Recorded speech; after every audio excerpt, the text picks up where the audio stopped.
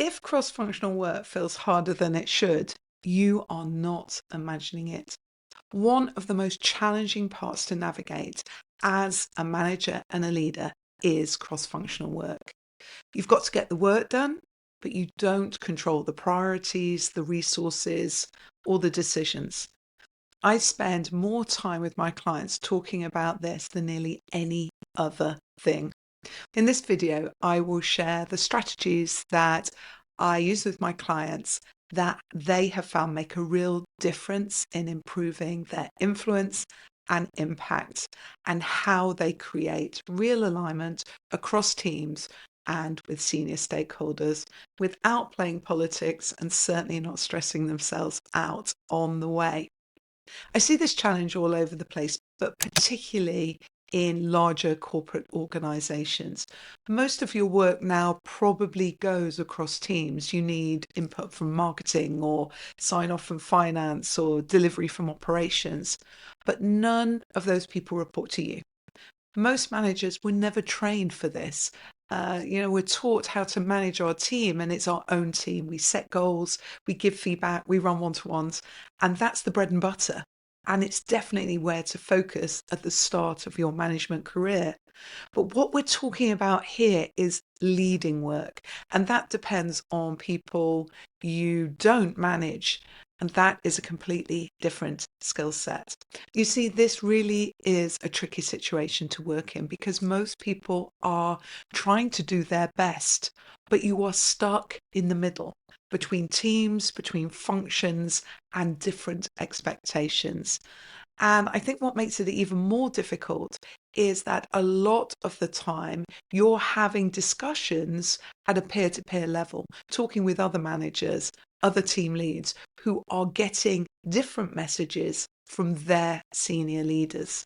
So you're trying to align sideways whilst also managing up to people you might not have a strong relationship with yet. And that is a lot to navigate. This is how I think you can reframe it to understand it better, because this isn't about managing people, it's about managing clarity.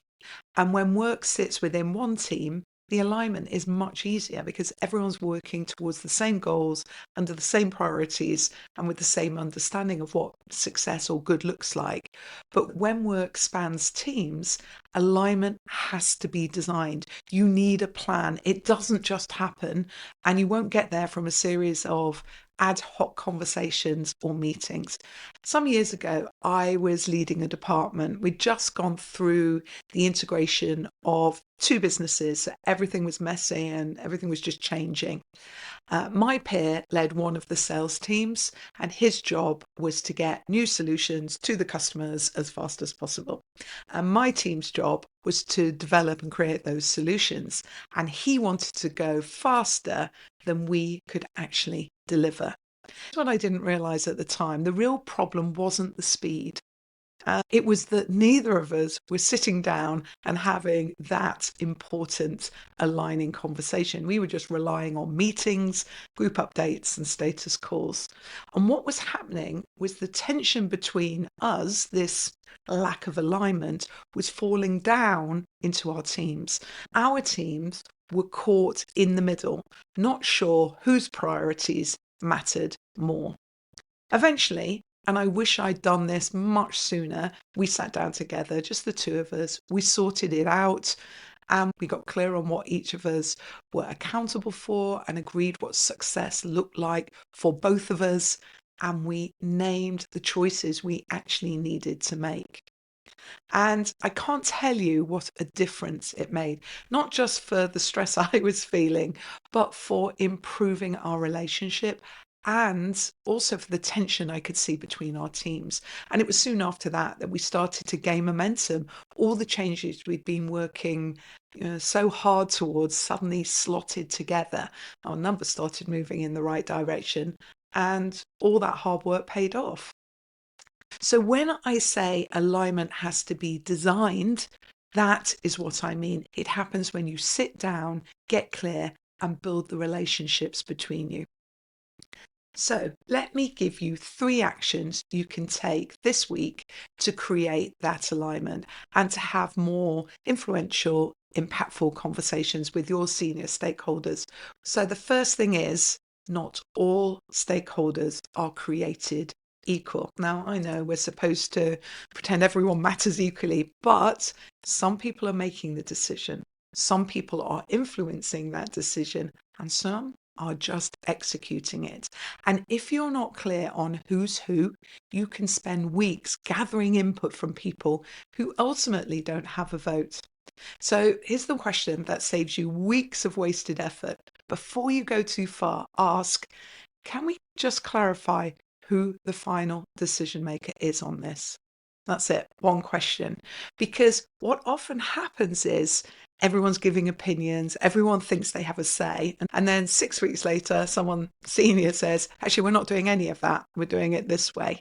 So ask early, get clear on who decides, who is influencing that decision, and who will, at the end of the day, just be executing it. Clients often tell me that this question often stops people in their tracks when they actually ask it because it is often implicit rather than explicit. And when asked, people often have different views, and that is exactly where the issues stem from. The decision makers need to be clear to everyone, and ideally, everyone needs to know how they would like to make that decision. So you're not being pushy or you're not looking silly by asking these questions. You are being strategic, and that positions you as someone who understands how decisions actually get made. Now, the second action is don't wait for perfect clarity. What I see many managers get wrong. They wait, they think, they get inputs.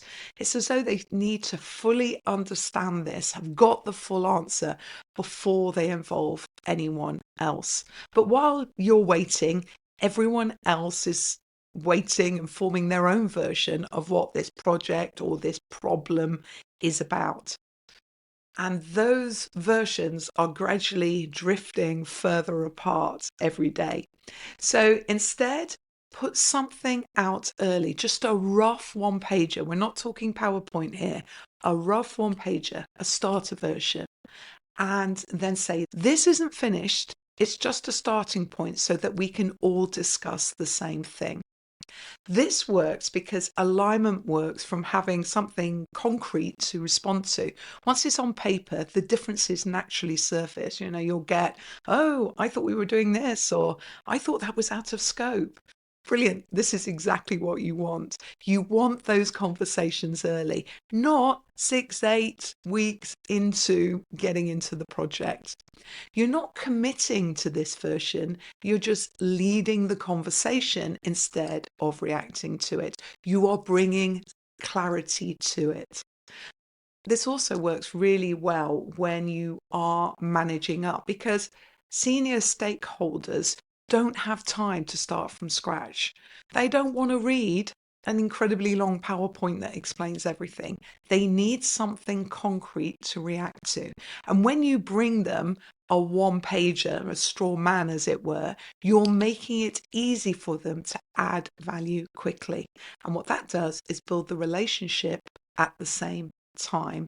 The third action is to protect the scope. Cross-functional projects expand very quietly. Someone says, we should perhaps include some training on this, and someone else says, oh, we should just loop in that other team.